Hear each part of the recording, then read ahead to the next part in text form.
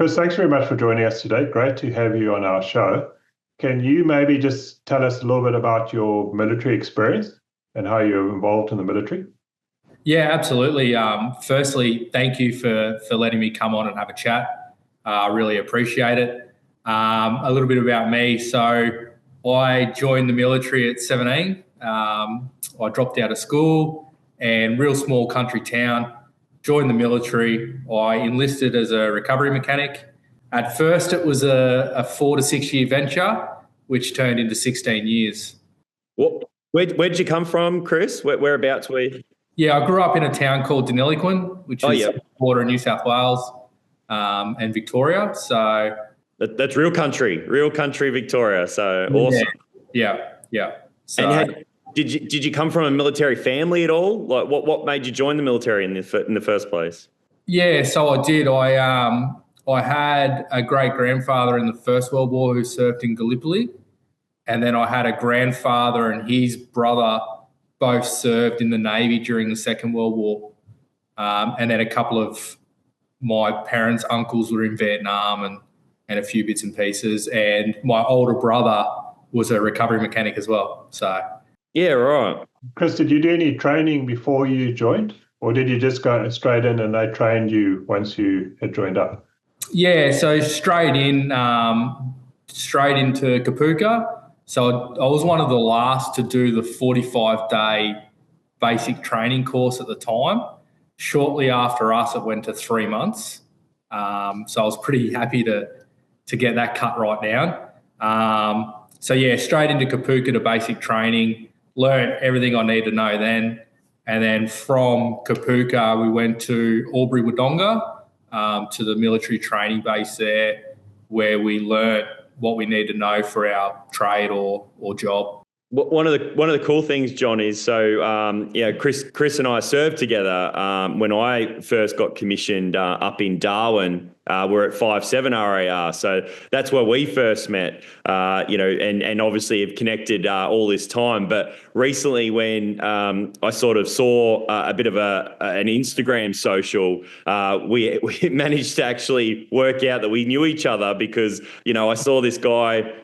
He had said recovery mechanic, but I didn't quite see the face, didn't quite see who it was, and I went, "Gee, what you're doing," which we're going to get into in a minute, is such a cool idea. And lo and behold, we actually know each other from many, many years ago. So we both served up in Darwin back in 2006. So that's how I know Chris Brown, which is just so awesome. So I've loved it. I've loved reconnecting at this point. So, but we'll get back into your service history, mate. So yeah, once I did my initial training course, which went for about 6 months, I was posted up to 5-7 RAR at the time.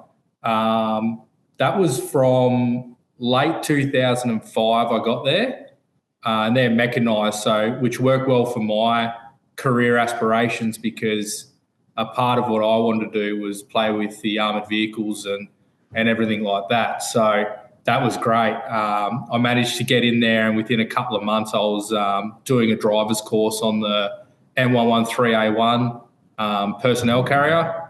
And then shortly after that, I got recovery qualified on the platform and then my crew commander's course as well. So, which was awesome. I managed to line all those up pretty easily. Then I was there for the delinking. So 5-7 split in December 2006 and majority of workshop staff stayed at 5 RAR. And then a lot of the infantry guys, they split half and half. So we were saying the best of the tradesmen got stolen and taken across to 7 RAR. So that's where Chris departed. Yeah. So yeah, after my tenure at 5-7/5 RAR was up, I jumped the fence and went to 7 RAR on a 2-year posting. So that was around the same time they upgraded all the M113 platforms to the new variant. So I was fortunate enough to get on one of the first driver conversion courses and one of the first crew commander conversion courses as well. So to learn the new car. And I was also fortunate to deploy to Afghanistan with MRTF 1 with 7RAR. So, which was October 2008 through to June 2009. In terms of recovery in that, did you always recover the vehicles back to base, or did you change engines in the field? The main role was to bring the vehicle or equipment back to a repair facility or a collection point. And then because a lot of it's small team environment, you often get in there and help mechanics, fitter armourers, boffins, the radio mechs and all that. We all just hook in together and get the job done and help each other out. So, which was really great because small team environments where a lot of people thrive and you learn so many new skills as you're doing stuff. Vehicles that could get back all the way to the barracks or to the home base, definitely we'd recover them all the way back there, or we'd just get them to a collection point where you could do a field repair or get it back on the road and keep going. One of the cool things, John, is as a recovery mechanic in your base trade, you also learn how to operate the MRV, HRV, which are sort of the Mac and the MOG variants that, allow them to do more of the road, recoveries and, hauling stuff back and forth and that kind of thing. I mean, they've got great winches and capability as well, but yeah, Brownie would have trained more, obviously, integrally as part of the battalion on the mechanised platforms, which obviously then get you right far forward, obviously, with the fighting force to be able to do that recovery and repair and that kind of thing. And occasionally they'd let me as an officer actually help out in the repair and recovery as well, which is quite dangerous, as some of our viewers will probably say. So, but I loved, hopping on a crane or a winch cable and getting in and mucking in with the guys as well, which was fantastic. So I was wondering, did we ever do any of those courses together? Because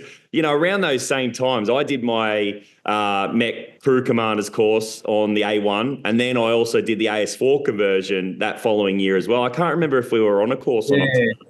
I can't remember either. It was, they're all just so blended. I was saying to John, because John served a fair bit before us. Not saying you're old, John, but just a bit of grey hair. I can't believe how good his memory is, and there's a bunch of other guys that we interview as well. And I go, God, your memory's good. I can't even remember what I did last week. I know, right? I know. Like, it's funny, like I actually, rely on when I meet someone like you again, Chris, after not seeing you for so long, I go, what actually happened? What did we do back then? Yeah, good chance to catch up on the facts. And that's right. Definitely. Yeah. So, and what happened, after that period, so you deployed on MTF-1. Where did you sort of go from there? Yeah, so I deployed on MRTF-1. I got home June 2009, and then we just had a couple of weeks off and went straight into the standard training routine of field and the predator walk, gallop and run, which saw out 2009. After 2009, I was posted to 21 Construction Squadron at Enoggera in Brisbane. There I was the recovery mechanic. In 2010, we went out and did ACAP. So ACAP is the Australian Aboriginal Community Assist Program. So the engineers go out and they build 3 houses or 4 houses or whatever they have to do in remote communities. We went to a place called Pukaja, which was about 250k southeast of Ayers Rock or Uluru. A real small community there. We were there for about 3 to 4 months from memory, where the engineers built some houses and roads and bits and pieces. We were there mainly to support, conduct all the maintenance, repairs as required, that kind of thing. Many recoveries or anything, or just more moving equipment back and forth? No, there was, fortunately, because I get to do my job. There was, yeah, definitely, because we had a lot of deliveries and things coming and going. Often 9 FSB would break down near a roadhouse, funnily enough, and we got to drive 3.5 hours on corrugations to get them on the road or whatever we had to do. The most interesting one was a 200 series Land Cruiser that rolled 7 times on a dirt track. And we got the call to say it had rolled the location. We jumped in the wrecker and drove out. And we ended up beating the ambulance there, funnily enough. So we got there. Everything was all good. The 2 occupants were fine. The car, on the other hand, was a little bit mangled and wrecked. Had a quick chat to them. They're like, yeah, we're only doing 80 Ks an hour driving around a corner, and the back end skipped out and that was it. So, yeah, no drama. So we rolled that back onto its wheels, put it on a trailer, and we started heading back and found a phone and all these other personal stuff. So we grabbed all that, got back to base, unloaded it, and I had a quick look in the dash, and fortunately, with those new 200 series at the time, if the wheels leave the ground, the speedo stops on the speed it was going when it went. So unfortunately, it was sitting on 145. So they're very, very lucky. Like, the passenger side door had opened mid-roll and got wedged open, and they walked away with no injuries, which is crazy considering what they'd gone through. So very, very lucky that day. But yeah, so that was probably one of the more interesting ones. A lot of the time, we went down the local tip, found motorbikes and rebuilt them, and made a little motorbike track, and then just gave them to the locals as we left. So little things like that to keep the days going by. Where was your next posting after 21? So while I was at 21, at the end of 2010, they moved from Enoggera Barracks out to RAF Base Amberley. So another move. We ended up out there at a brand new facility, which was great. During that period, I went out and helped Operation Flood Assist in southeast Queensland there. We spent about 3 weeks at Grantham, which was the hardest hit place. A lot of that was cleaning, maintenance.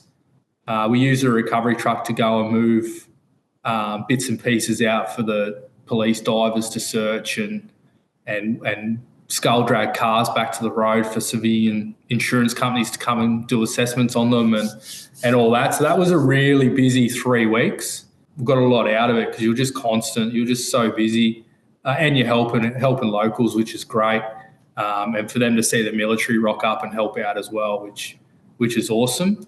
At the end of 2012, I was fortunate enough to be posted over to SASR, where I deployed in 2013 to the Middle East again. That was a 6-month rotation where we closed down the base in Afghanistan as well and did the retrograde process.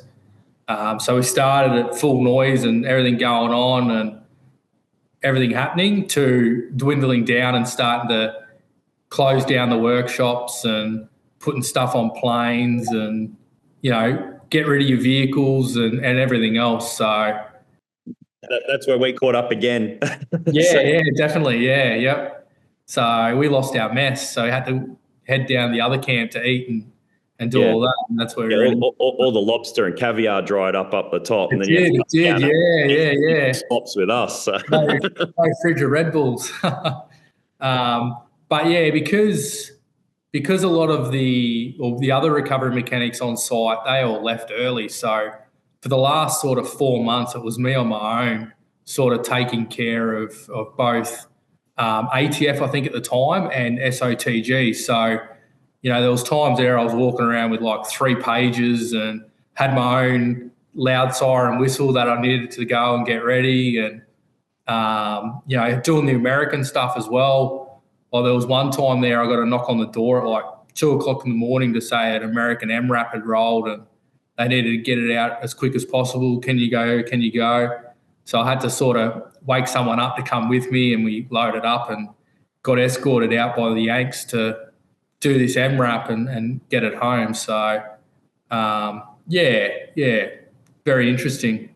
Yeah, amazing experiences. Yeah. Definitely. So, yeah. And your time, like you came back from that deployment and a bit more time at SASR? Yeah, so I got back from that deployment and spent a bit of time with SASR doing like supporting mobility courses and all that. So a lot of time out in the bush, cruising around. You're a full track at this point, were you? Yeah, so I got promoted to Lance Corporal March 2011, maybe, and then full track August 2011. Yep. And then, corporal all the way through SASR. So after that deployment, helping out, doing some courses and helping those guys bring some new kit into service and test some new toys and bits and pieces, which was really fun and cool. And then posted back to Brisbane at the start of 2016. And I was at 7 Sisby. And my first year there, I started doing promotion courses for sergeant. Got sub 1, the all-call one done. Subject 2, I ended up getting student merit. I don't know how, but I did. Good gun, mate. I know, right? And then I was fortunate enough to do a trip with the Endeavour Foundation. They do a rally every year to support, what they do. And we were fortunate enough just to tag along and provide mobile maintenance for them. Rather than being in recovery at that stage, I was in with the boss and sort of 2IC kind of thing in a G-Wagon, which was more enjoyable because the suspension off-road's a bit nicer. Nicer, yeah. A little automatic. Yeah, definitely. So that started at Yeppoon, and we went north, all on the dirt road, up through Townsville to Cooktown, and then come back through the Queensland goldfields. And it finished in Harvey Bay. There was a big ceremony at the end, and then we just cruised back to Brizzy after that. Got another subject course out of the way that year, and then at the end of 2017, I was promoted to sergeant and went down to School of Recovery, which was a great posting because you get to pass all your knowledge and experience onto all the new guys coming through, which I found one of my more enjoyable postings, mainly for the routine and the fact that you're actually in the thick of it with the trainees, learning and teaching and passing on valuable knowledge. So at this point, you started your family as well? Yeah, so I started, I had my first daughter, funnily enough, because I was armoured vehicles. It's all the radio signals, John. Yeah, apparently, yeah. In 2014, at the end of 2014, my first one come along. And then the second one was April 2017. So, just a bit more of a family-orientated posting, isn't it, being definitely down here? Yeah, it is, definitely. For me, before Maddie come in 2017, there was a cyclone that went through Fiji, and we quickly deployed via HMAS Canberra to a small island called Coro, which sits in Fiji waters. We took a HRV and a heap of other stuff over there to help clean up and whatnot. But we followed the cyclone over, and I remember laying in the bed, and all I can think is I'm gonna be sick here because there was no stability on the boat because it was broken, and my feet were going higher than my head. I was going head, and the next second the head was higher than the feet, and you naturally roll side to side. But fortunately, as soon as I got up and put my feet on the ground, I was good as gold and everything like that. So we spent about 4 to 5 weeks over there cleaning up after the cyclone, and then jumped back on the ship and cruised on home. So, yeah. You've had some adventures, mate. I know, right? Yeah. Think about a recovery mechanic. I mean, you know recovery mechanics, John, being Armour Corps as well. You know how hard they work, but they're always the first in, last out. Work the hardest day and night. A lot of responsibility on guys as well. Like I know that I've put a lot of responsibility over my time on crafties, corporals, sergeants, and you expect a lot because they're just such a unique capability, that have that expertise, and I just loved always working with recovery mechanics. I don't know if you know, Brownie, I actually was at 3 Recovery Company at one point. I was, down there running that in Melbourne. So the last OG recovery, standalone unit, part on FSB, but I don't think it exists anymore. No, it's all amalgamated into 4 CISBU or whatever it is. Yeah. So no, I've always loved the recovery mechanics. So you would have had a few recovery mechanics, didn't you, John? But you were telling me the other day they were called TIFFs, weren't they? Yeah, we used to call them TIFFs. I can't remember the original. It's technical support staff or something. I don't know. I can't remember the name. But our guys take my hat off to them. They used to change engines. Like we used to be 300 kilometers in Angola, so you couldn't get the vehicles back. Yeah. But these guys used to change engines overnight in the dark because you don't want the enemy to see you because the enemy is a couple of K, Yeah. They just, if they pick you up, immediately artillery starts coming in. So these guys were unbelievable what they could do. Yeah, definitely. I know the feeling. Like there was one exercise we did in Coltana down the bottom of South or midway South Australia. We did a pack change, so engine in, engine out on my car because it blew. So we managed to get that done in a night, and then it was just constant from then on. And I remember as a crew commander, you'd sort of finish for the day, and you'd get your driver to go get some sleep because he's the one who's got to drive. And you'd go and do all your orders groups and listen to what's going on and figure out what the next day entails. And we're up again at like 3 o'clock in the morning to start driving, and you're getting limited sleep throughout the day. And I remember I had a car on tow, and we were heading up this hill, and I fell asleep. Like I was just so tired, I fell asleep. And I remember waking up as we just started to spin because we just didn't have enough power in the old car to get up. It's like, we're in trouble here. Fortunately, it was real rocky, and we managed to grab on the rocks and just keep pulling us up. I think the car from memory in front of us come back and put a slack cable on it and gave us a bit of a helping hand. But it was just crazy. We'd just go all the whole time. And you're right, you just don't get a chance to stop. But that's a part of the fun because, you're busy and you're doing stuff and it's great work and good people around you. So I can't believe John's experience though, Chris, because, obviously they were on the front lines, in combat. A lot of the time, when we were in Iraq, Afghanistan and that, we're able to usually recover back to an FOB where you're a bit more secure. So you can only imagine how hard it would have been for John and his crew. 100%. Like those guys would have had it cut out for them, that's for sure. Yeah, because we always talked about, you could probably put a tarp over it and, try and do everything, with flashlights and stuff. But I don't think we actually ever try. I can't remember. I know dismounted infantry, we worked like that, but not in Ramey. We'd always try and, I guess, sometimes get back to a place where you could have an element of light just for safety. So you don't have people's fingers being chopped off in the night if you can avoid it. So yeah, definitely. But the best story is Steve, a mate of mine. They're in Angola now, but their car breaks down in an armored car. I don't know, Chris, if you know armored car. It's a Panhard armored car with a 90mm cannon on the front, and they break down.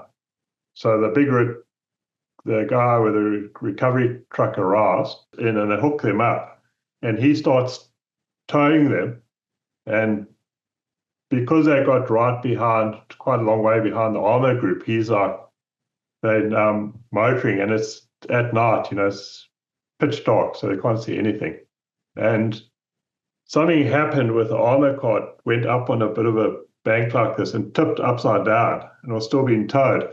And the guy in the recovery truck thought, he needs to gear down a bit because he put it back again. And these guys are getting towed behind upside down in this vehicle. And and there's all this soft sand, because it's like beach sand, So, and the guy's wondering what's dragging on. Like a big boat anchor. Pouring into the vehicle, and these guys are upside down.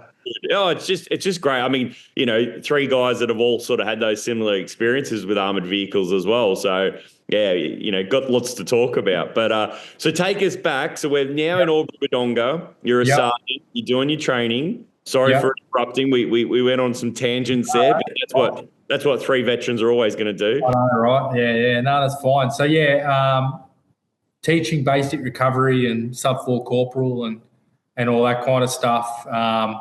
At the same time, we were gearing up to bring the new MAN 45M recovery vehicle in, the 5-axled man truck with the big rotator on the back and all that kind of cool stuff. And then also the 42M, which is the little baby brother. We were fortunate enough to have a year, I think it was a year or 6 months off a course just to prepare for the new training platform. But a part of that was we also need to get qualified as well. So we did the first conversion course on the new platforms of trucks. So fortunately, it was still in Albury Wodonga. We just had to go down the road and get trained up. And then from there, we started developing all the training material to be able to teach it. At that point in time, I had a crazy idea that this should all be digital because, it's the way of the future, right? So I managed to get my hand on some laptops and touch books and tablets and stuff and crazily Adobe Pro and started digitalizing all these workbooks and assessments and pretty much did the whole training package and assessment platform all online and reduced all the paperwork out of it. We set up all these things that the trainees can just manually cloud transfer it across to a database, and they had a naming convention, and we did that for the next few courses. And I was nominated and awarded a bronze Army level commendation for it, which I'm pretty fortunate to do as well. We got that done, and then good old COVID hit. So we were in Victoria, and we had lockdowns where, being military, you had to go to work. Everyone else was locked in their house and whatnot. So we'd still go to work, and being military as well, I could drop my kids off at school and daycare, so I could come in and do stuff, and my wife could work as well. So and then that sort of rounded out 2020. At that point, I was up for posting. We probably had an opportunity to get out at that point. So, after consultation with the family and that, we decided to pull the curtain shut after 16 years. So, and your wife was serving at the time as well? No. So she was she'd done like property development. She was working for a Western Australian company at the time, remotely from Victoria. So. And so you got out, and what did you do next? What was life after Army for Chris? So I got out, we moved. So we had to fly to Perth during COVID. I didn't know what I was going to do, to be honest. So I started looking for opportunities over there in sort of automotive or managerial roles. I ended up scoring a pretty decent job with a manufacturing company, which I spent 4 years there. Doing operational roles and a few other things. So, and then we moved to Queensland. And this is the bit that we're all waiting for. So tell us what you're doing now. So, because I'm loving what I'm following so far, mate. The wife and I had spoken about a concept, but it was, how do you launch something from nothing, right? As you guys are aware, the military is so big on mateship and camaraderie and all that. When you leave, it disappears. It's just not the same. So for me, I'd always been chasing that again, like the mateship you had or the sense of belonging to something. And a part of what I did was I brought that into my workplace. So I established a business called Off-Road Expedition. It's a community-based workshop where people can come and learn and grow and feel that it's a safe spot for them to come and work on their vehicle, regardless of what it is. And and be guided through different things and learn new things as they go. So we had a concept to do it and didn't know how it was going to work, and did all this other research, and no one's really doing this, and it was hard. Like, you couldn't really compare it. So I did what every soldier does, right? You start at one task and you get it done, and you tick it off and do another one and tick that off, and then you keep ticking these things off, and eventually you've got a list of stuff done, and things start happening in front of you because you've done all this work. And I used some contacts that I'd known when I was in the West to start reaching out and getting bits and pieces and stock and suppliers and all this stuff. And, being 5 weeks in today, and I've got a showroom full of products that I can sell and fit and install, and I've got a workshop downstairs with a full mechanics toolbox, all cordless Milwaukee gear, a hoist, oil drain, like everything you need to sort of come in and do it, which is great.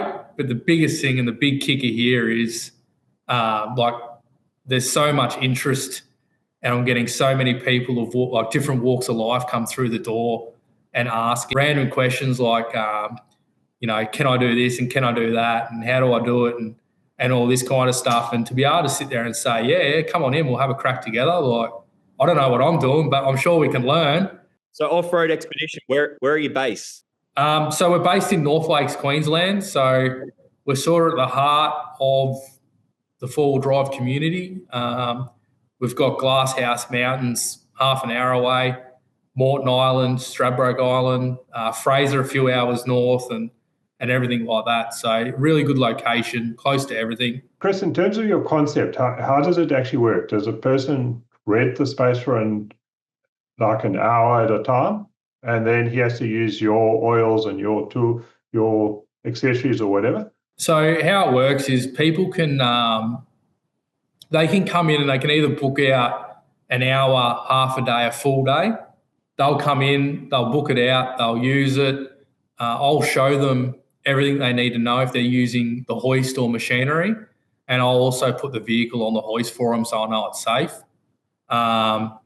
In terms of parts, oils and consumables, I have most consumables, they're free to use. I can get parts. I've got a lot of good trade accounts. So if people are doing a service on a particular car, I can also quote all their oil and parts to get it done. And because I can do it, it's quite competitive. Because the other part of this is I hear a lot of stories out there of, I went to a mechanic and I'm getting an oil change and it's costing me $600. And it's like, come on, it's not, it's not that. All the people out there are putting all this extra expenses on top of things. It's just, I wanted to sort of make that community thing and try and give back a little bit. For instance, I had a young lady in today. She's doing up a camper van. She was in remote New South Wales, and to get 2 battery terminals changed, which probably cost about $30, she was charged $300. And it's like, it's just, it's so wrong, but, she just didn't know. So a part of what I'm trying to do is, help people out and help people navigate these situations where, they're just not sure and they just want some sound advice. That's what I'm here for. As we know, Australia is such a big, beautiful country, and people right now just the in thing to do is travel it, And if I can help by giving advice to people as they go or before they go, that's good for me. I enjoy that stuff. So. And do you do some of the work yourself, or does a person do all the work themselves and you just give advice, or how do you work it? So you can either book the workshop out and do it all yourself, or I can do all the accessory fitting as well. So I'm getting a lot of interest. So I've got a lot of supplier accounts, bull bars, suspension, recovery gear, winches, all that kind of stuff. I'll generally hopefully camping bags and beanies and socks sometimes. Yeah, definitely. Yeah, exactly. I'll fit all that stuff if they want me to. Yeah. So no issues there at all. I think it's such a unique thing. When I saw this initiative, John, on socials, it was actually an influencer that Chris had employed or was working with in whatever way. I didn't realize who it was, and I just saw the concept, and I thought, gee, that's such a great idea. Like, I'm getting to that age now where crawling under the bottom of my car when it's on just, trolley jacks and little stands and stuff like that, it just kills you. And I thought, gee, I'd love to install a hoist, but how good would it be to have a community hoist? And this concept really resonated with me before I knew it was Chris running it. And I reached out purely because I said, can you franchise and bring it to where I live in Merimbula? So I think it's such a great thing that you're doing. But I think it also resonates well with people because not everyone, you spoke about, or you touched on the fact that people maybe are getting a bit taken advantage of. Cost of living, cost of maintenance is hard. But there's the other side to it, which I feel that a lot of people take pride in maybe doing it themselves or learning about their car a little bit more. And that's something that you're obviously providing, aren't you? By letting them come to your workshop, having that expertise there, that if they say, for example, I've installed clutches and things like that before. Sometimes you just can't line something up. Having an extra set of hands, having someone that maybe knows the little, technique that you need, that goes a long way, doesn't it? Yeah, it does, definitely. And you're right. Sometimes all it takes is somebody at a different angle just to see something that's not going together properly, and you move it a mil one way and it all lines up. And 100%, I've seen a couple of times in the short time of being open that, people are just having a hard day. They can't get it working on their driveway, and they're struggling. They ring up, they get it trucked here on the back of a tow truck. We push it into the bay, we get it up on the hoist. The transmission's out, oil's everywhere, and then a few hours later, it's all fixed up, cleaned up, and back together. So definitely. But there's a lot of young fellas that will just love the fact that they could just learn that little bit more about, because when they do go a bit more remote, they've got a bit more of an idea about their vehicle and that as well. And young ladies, I'm not just saying men, but the people that are actually learning from this experience, that will just be such a game changer for them. Yeah, and the community of four-wheel driving in Australia is starting to really get a cult following. Yeah. And you're right, like more and more people, which if I wasn't in the military 20 years ago, I'd be doing it as well, traveling around Australia in a car or a rooftop tent or a caravan, doing that thing when you're young and youthful so you can get out and enjoy a lot of the places where you don't have a family yet, so you're not worried about kids' school or daycare or having a stable job for being an adult and that. You can get out and have some fun, and to teach people or to give people a little bit more confidence in their vehicle and what they're doing and how they're doing it, so they can go out and do those things is the other kicker.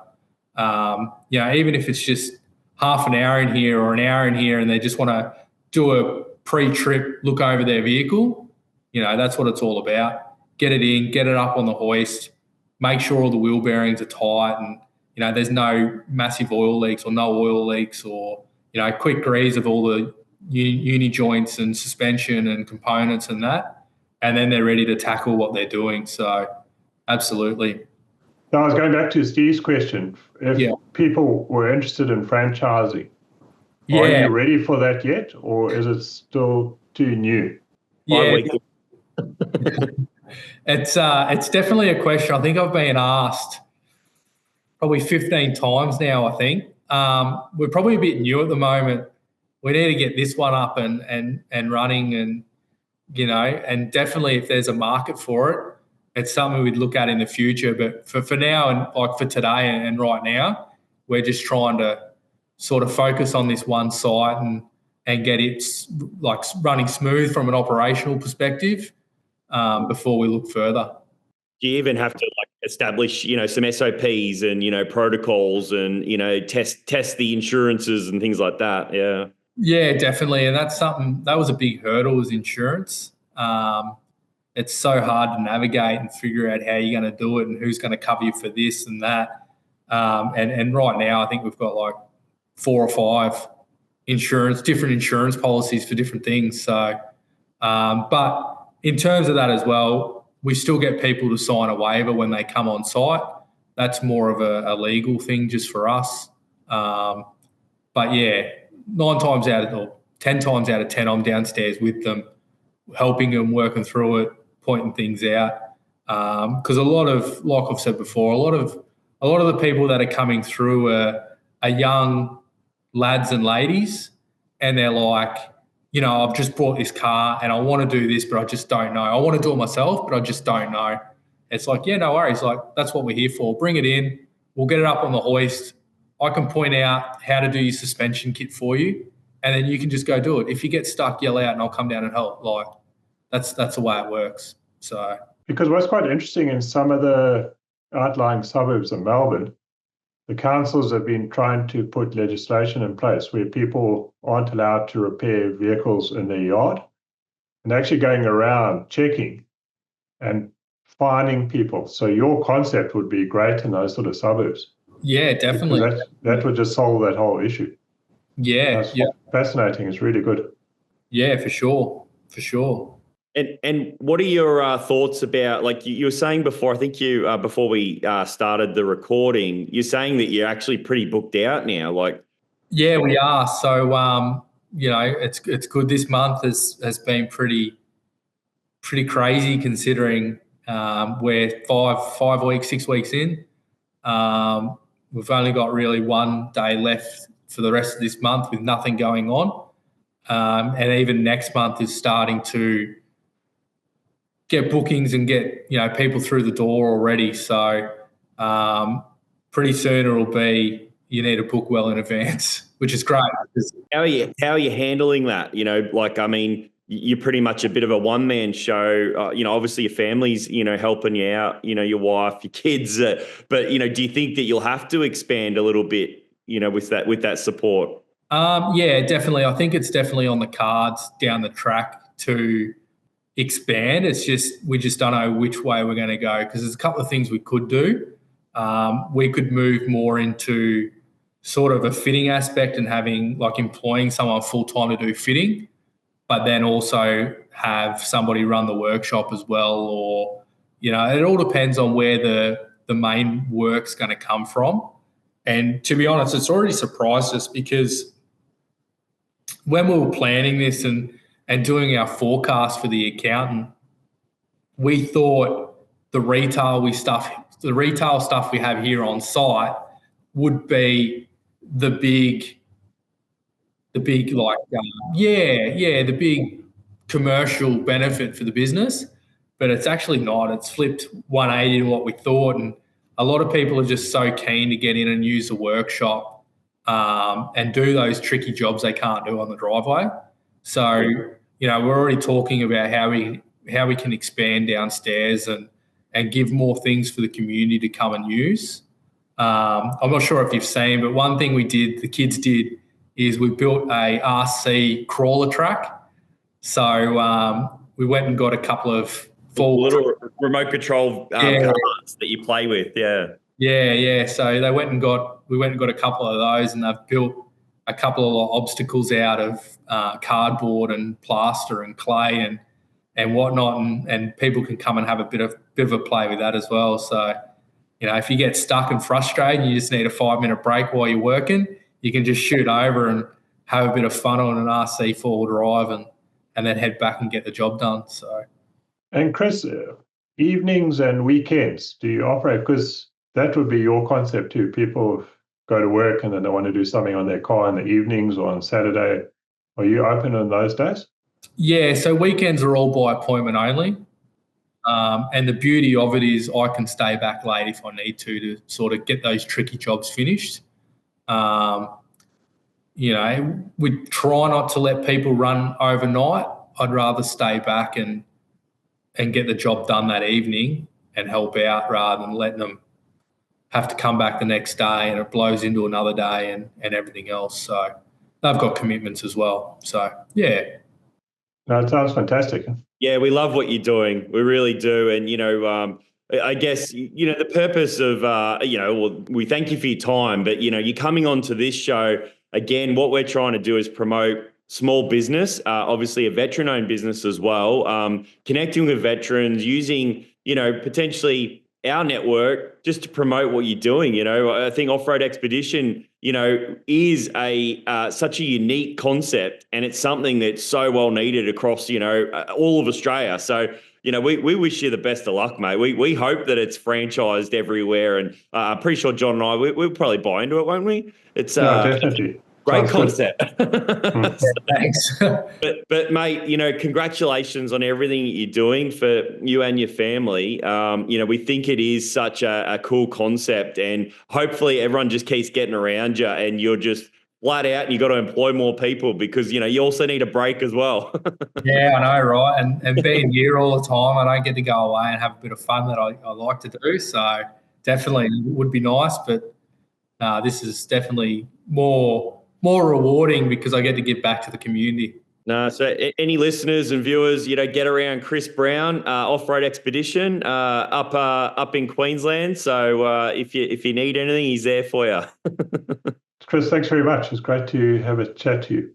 Yeah, no, thank you. Thank you for giving me the opportunity to jump on here and have a chat. I appreciate it.